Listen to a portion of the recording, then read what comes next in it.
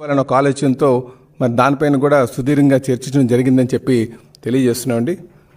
ఇలాగా వీటితో పాటు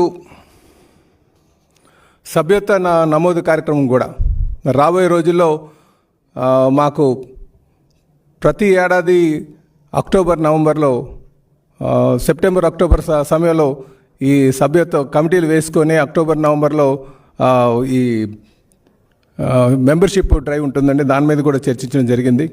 అయితే ఈసారి కూడా మెంబర్షిప్ కేవలం 100 రూపాయలు పెట్టే, గతంలో ఇన్సూరెన్స్ 2000 పెట్టుకున్నాం.